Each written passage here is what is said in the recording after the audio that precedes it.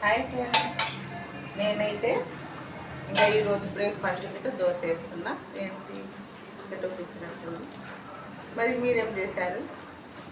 ఇంకా మీకు తెలిసిందే కదా, మా టిఫిన్ బండి ఉంది. మా టిఫిన్ అయితే ఇంకా రోజు దోశలన్నమాట. ఇంకా వెరైటీలు చేసుకోవడానికి అయితే నాకు కుదరదు. చేస్తానని రోజు వెరైటీ దోశ. ఈరోజు అయితే రాగి పిండి జొన్న పిండి దోశ అన్నమాట.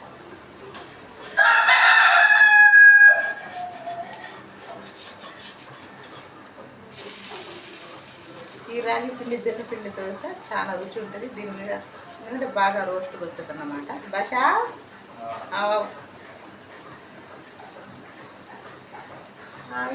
అయ్యే భాష అదన్నమాట ఫ్రెండ్స్. మా వంటగది అయితే మామూలుగా లేదు, పొలిం కాడ ఉన్నట్టు.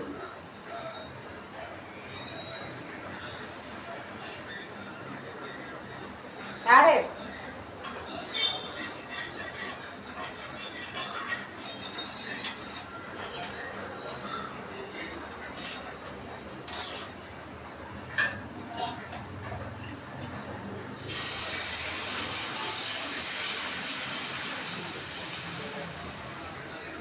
आता है आवा जल्दी चिल्ले के दियो बड़ा सेक के खाना से हो जाते क्या पता है नाना गड्डू कहता है అదే ఫ్రెండ్స్. మరి మీరేం చేస్తారు బ్రేక్ఫాస్ట్కి? నేనైతే రాగి దోశ చేస్తాను. क्या वो मिर्ची डालना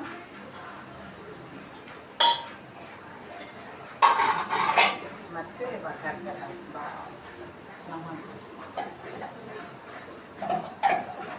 पानी मिला मामा बड़े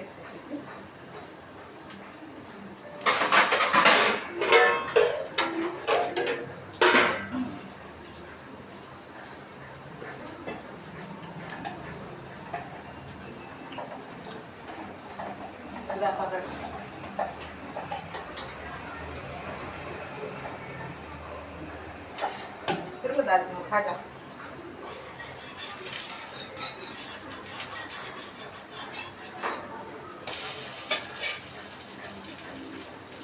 అయితే బాగా మగ్గిన అన్నమాట ఫ్రెండ్స్. చిన్నులపాయలు అయితే వేసేద్దాం. చిన్నులపాయలు లాస్ట్కి వేస్తే మంచి స్మెల్ ఉంటుంది అన్నమాట. ఫస్ట్లో అయితే అసలు నేను కొంచెం పసుపు కూడా వేయాలి కాబట్టి పసుపు కూడా వేసేసా. ఇంకైతే స్టవ్ ఆఫ్ చేసేసి కొద్దిసేపు చల్లారిన తర్వాత అప్పుడైతే పచ్చడి అయితే మిక్సీ పడతా. ఎందుకంటే ఇప్పుడే మిక్సీ పడితే వేడి మీద మిక్సీ పాడైపోయింది అన్నమాట. ఇంకా పచ్చడి మిక్సీ పట్టేసి తాలింపుకి అయితే ఇంకా సిద్ధం చేసుకోవాలన్నమాట.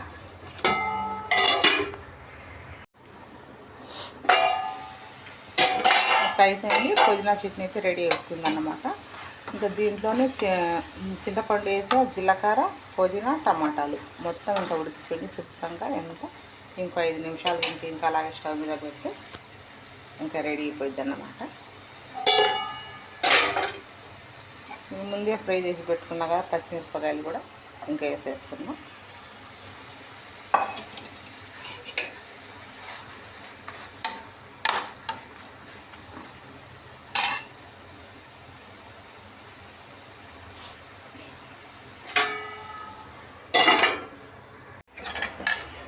చూడండి ఫ్రెండ్స్, ఇంకా అయితే ఇలాగుంది అన్నమాట. చట్నీ మొత్తం రెడీ అయిపోయాక చాలా బాగుంది. చూపులకు కూడా తింటుంది కూడా అంతే టేస్ట్ ఉంటుంది అన్నమాట.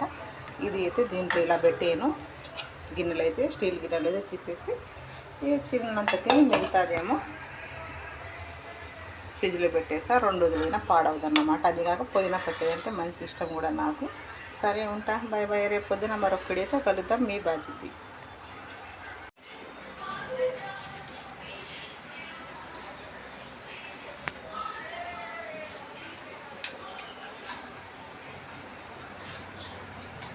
ఇప్పుడైతే పుదీనా పచ్చడి తాలింపు వేస్తున్నా. క్యామా భాష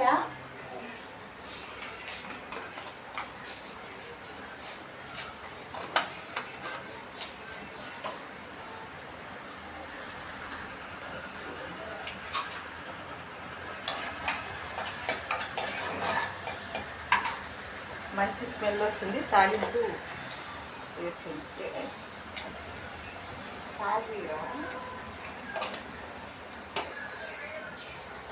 కరివేపాకు,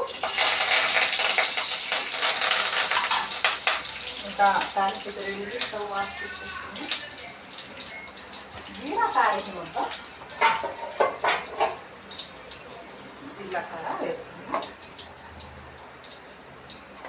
ఇంకా ఆయిల్ ఎలాగో వేడిగా ఉంది అందుకని జీలకర్ర దాంట్లోనే ఫ్రై చేసేసాను అన్నమాట. ఇంకా పుదీనా పచ్చడితో తాలింపు వేసేసుకున్నాం.